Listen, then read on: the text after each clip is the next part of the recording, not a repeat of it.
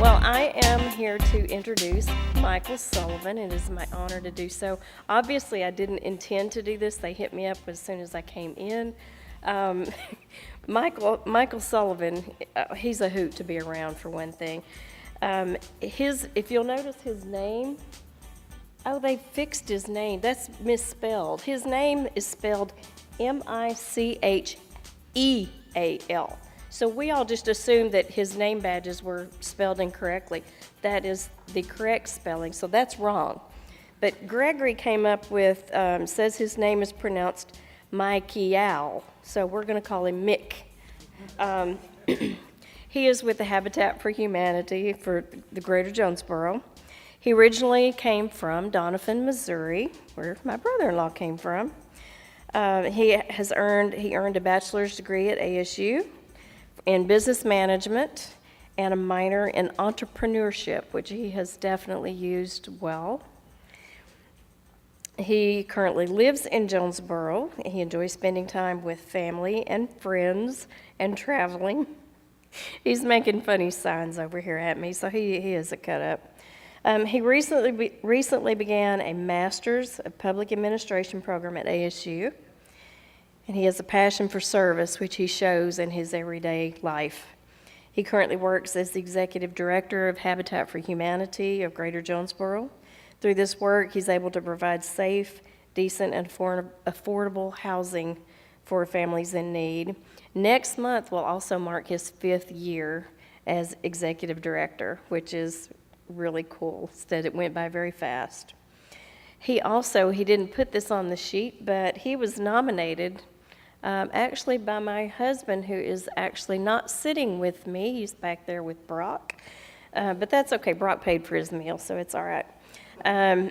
He was nominated by my husband as one of the Arkansas Volunteers of the Year, and ended up in the top 3. I think he should have won, but that's just my opinion. And also, if anyone moves, feel free to call Micheal. I'll give you his cell number. He will come to your house and he will pick up anything for Habitat for Humanity. He is a cut up, so I will give you our friend, Micheal Sullivan.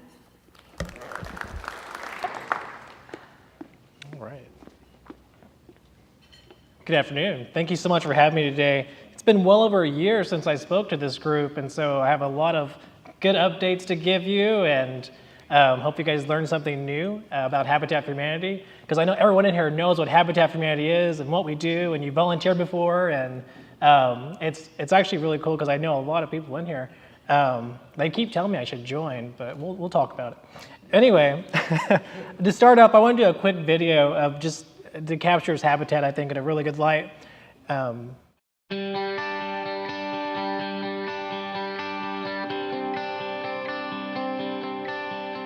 No matter who we are or where we come from, we all deserve to have a decent life.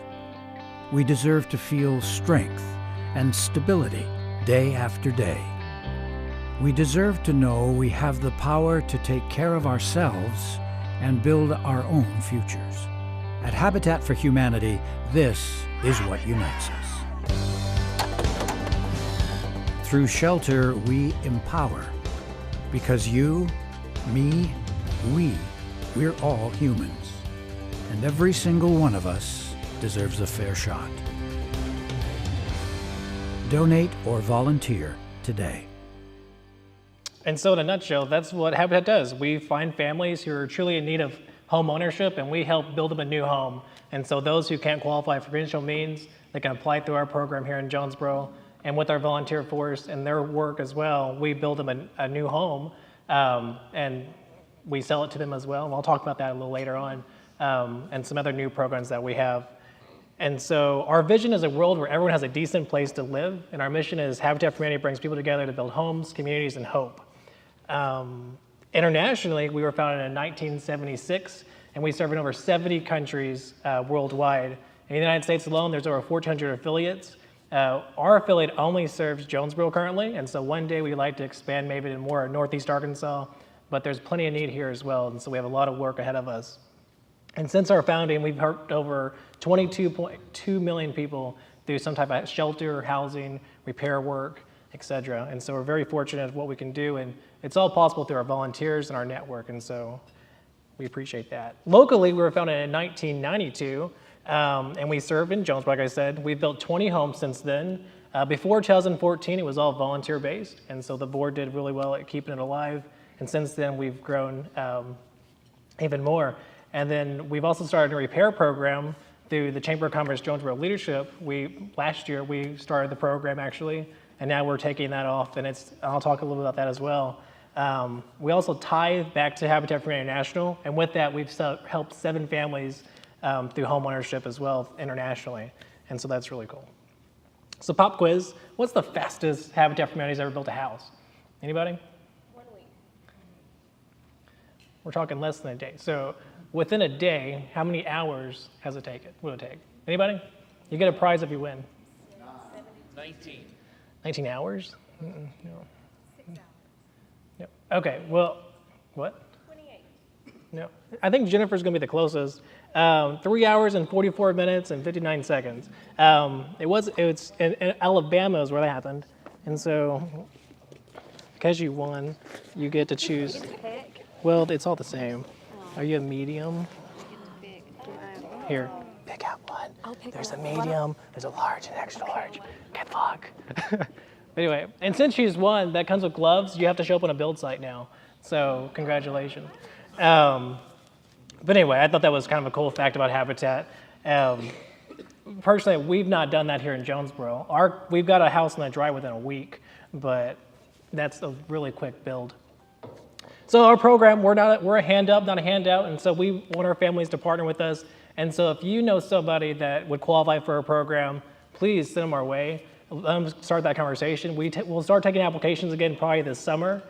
Surprisingly, that's one of our problems we have in Jonesboro is we don't get enough families to apply, and so it's a struggle for our committee to only select a handful of people.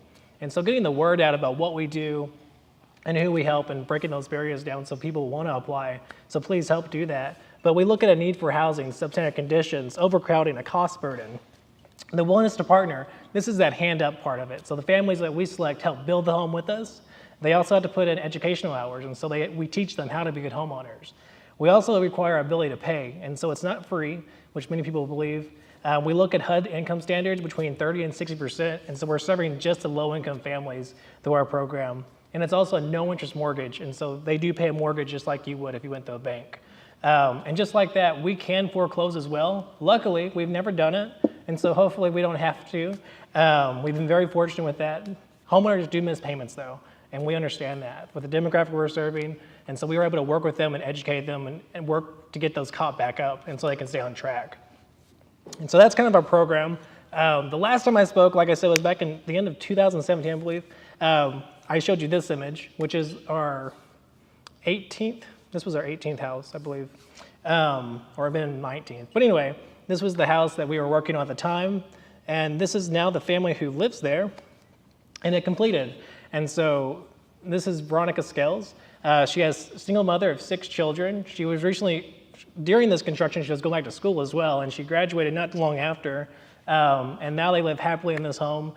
Before, they lived in substandard conditions, and she wanted a place to give her babies a home. And so she applied, she worked her butt off, and she was able to move into this house, and they currently still reside there.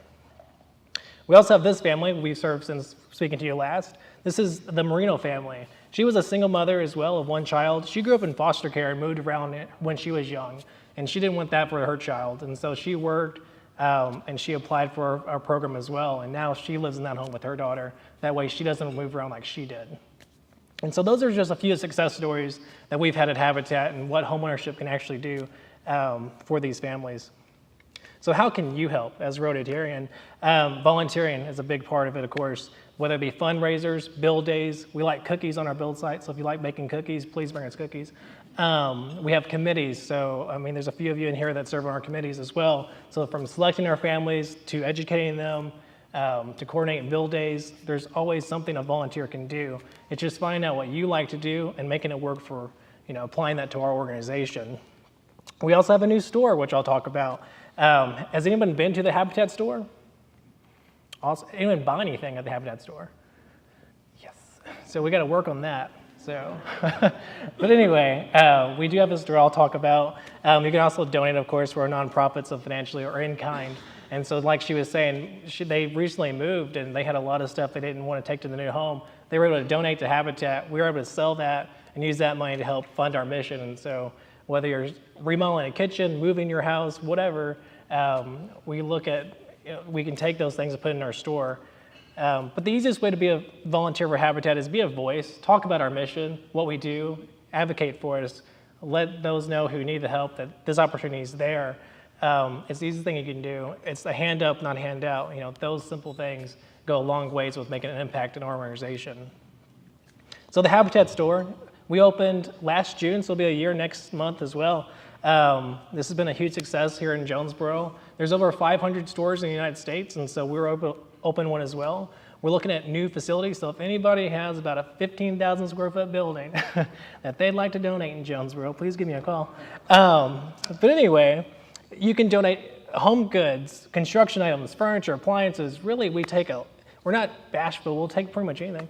And we're able to resell that, like I said, and give it a new home. It keeps it out of the landfills and puts it to a good cause.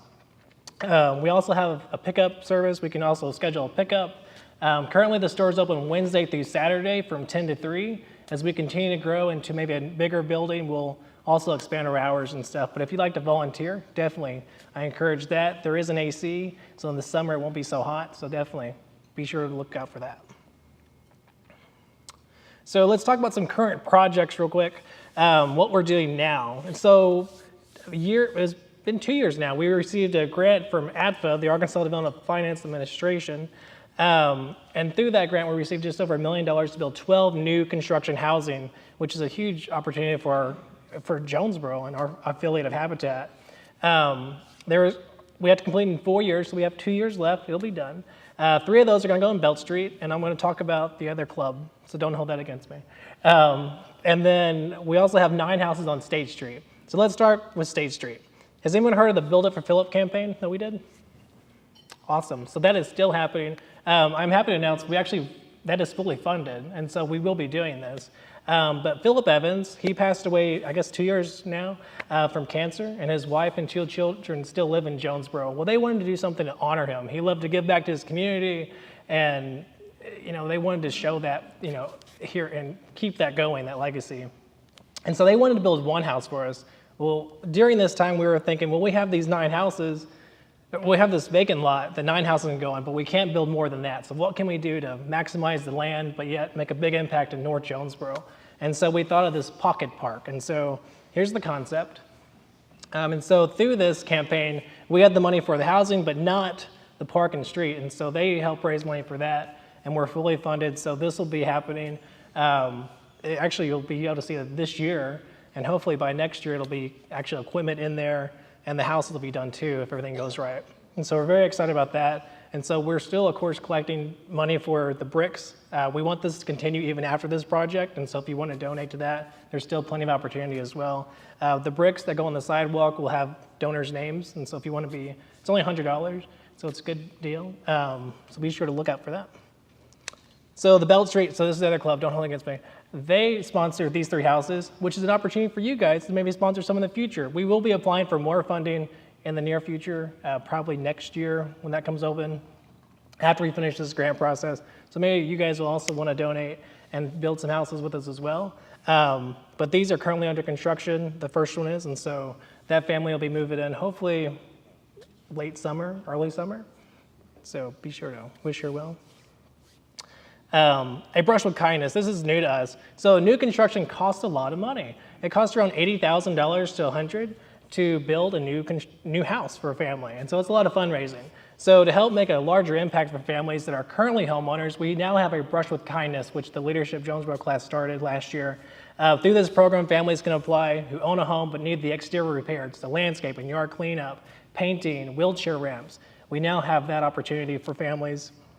And so some examples of that, this is on West Nettleton, the before and after. We're changing the look of the neighborhoods. We're helping these families gain that pride back in the homeownership. There are also quick projects that we're able to help more families through our mission. This is one on North 3rd Street. that we did. Had a lot of painting. We rehung the shutters, just things that make the house look better, helps improve our communities. So if you know families that need this program, we are selecting currently for this. And so if you have an applicant, please send them our way. We're going to do 10 houses total this year through the repair program, and another 2 houses through the new construction. So we'll have 4 new construction this year and 10 repairs. And so there's plenty of volunteer opportunities coming up if you like working on construction. If you don't know what you're doing, we take you as well. We'll teach you how to be a volunteer, how to swing a hammer, how to hang that window, or whatever we're doing, we'll teach you. Just a quick note, save the date, November the 3rd is our annual Super Sunday. Who's been to Super Sunday? And what'd you think? Good? Gonna come back? Good. So please, join your friends, come to Super Sunday. It's the first Sunday in November. It's every year is what we do, the first Sunday. Restaurants in Jonesboro donate soup, and then for this year it's $12. You can try all the soup you want and vote for your favorite. And all that money goes back into building more homes for families right here in Jonesboro.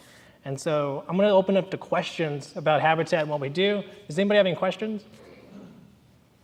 Yes. What's an average mortgage payment that they make? Definitely. So it's based on their affordability. Typically it's between $250 upwards to $500, and that's with escrows. Do you furnish the homes, or what do you do with them? We do not furnish the homes. And so part of the education, we talk about budgeting and savings, and so they have to repair for that. We do put all the appliances in as well, so that does help, but they do have to furnish the home. Yep. Do you always build new houses, or do you ever take over any foreclosed houses or abandoned houses or anything like that? So we've been blessed in the past to actually get donations of a house, and so the one on 411 Drake, which I showed you, the Marino family, that was a rehab. And so someone had donated that, they got the tax receipt, we got to put a family in a new home. We went in with our volunteers and they helped make it to our standards, and they moved in. So yes, we do. Have you ever had issues finding land to build these new houses on? So we've been, again, blessed with a land inventory. Do what? Oh, thank you. The question was, do we ever have problems with finding land to build these houses? Over the years, we've received donations from individuals, and so currently it's not a problem. After these 12 houses are built, we'll have 3 more lots to build on, then it may be a problem. But the city did start a land bank, and so we're hoping to work with the land bank in order to get more property as we need it. Any other questions? Yes. Does the comparison of the cost between a rehab and a regular, and a new house? So well, it just varies. I mean, you get into a rehab and it's, it looks like, oh, it's going to be a really simple project. Then you learn the foundation's not what it should be. And so that varies. Our construction costs versus a normal, if you went and built your own house. So we're building this current house is a 4-bedroom, 2-bath home. Our cost currently is around $80,000. It's going to appraise for well over 120 probably. And so your costs are probably around 100, 110 for the size that we're building. We currently only build around less than 1,200 square feet per house. And so, yeah. Anybody else? Yes. Does the family put in some sweat equity into helping build the home? Yes, they do, of course. And so our families do have to put 250 volunteer hours into it. And so that can be done on our build sites, either on their home, on someone else's home, or through educational programs. And so we teach. Required? It is required, yes. And if they have 249, they can't move in until they have that last hour in. Yeah. Yes, Norm. Can you explain more about what the store does? In other words, what do you get? What kind of material goes out and prices? Okay, so everything's donated currently through our store. We have 1 part-time store manager. The rest are volunteers that run the store Wednesday through Saturday. 317 West Huntington, come see us. Anyway, we have a wide range. We have, toilets even. We have sinks, we have cabinetry work, tools, there's lumber, there's a lot of home decor. Really, you name it, we probably have it. I seen some screen shutters the other day, or some shutters, and there was some screen mesh. Pretty much anything you ever want. And it's all discounted, so as it's donated in, we sell it, of course, at a used value, but it's all good stuff, things that I'd put in my own house if I needed it, and so it's not, and so we try to keep it out of the landfills. If we can recycle it, we can recycle it. if we can't sell it, but we try not to throw things away once they're donated. So even the clothing, we do accept clothing, but we take and what we can't use of that, we do donate that forwards to AMVETS, so they can use it in their program. Any other questions? Yes. So some of the things that are donated, do you actually use those in the build? Sometimes. With this new grant we have, the construction cost is covered, and so we have to use the grant money. And so those items, items we get in go into the store. When we finish this money, we start going back to just our organization building houses, then yes, we will use material that we get from the store into our homes, yes. How's the pocket park going to be maintained? How's it going to be made? The city of Jonesboro has actually agreed to take that over once we finished it. There were some timeline requirements as far as the street we have to own the street for a year before they'll take it. That's more of a warranty issue. And then the park, they'll take it over immediately once it's finished. So the city of Jonesboro will actually have another park to their list of parks. These are great questions. Anybody else? All right, thank you so much. Again, Jonesboro Habitat is our website. Like us on Facebook, donate, volunteer, and I truly appreciate your time and having me speak today. And I look forward to seeing you hopefully next year, give you another update on where we're at and where we're going to go again. So thank you so much. Thank you so much. Appreciate it.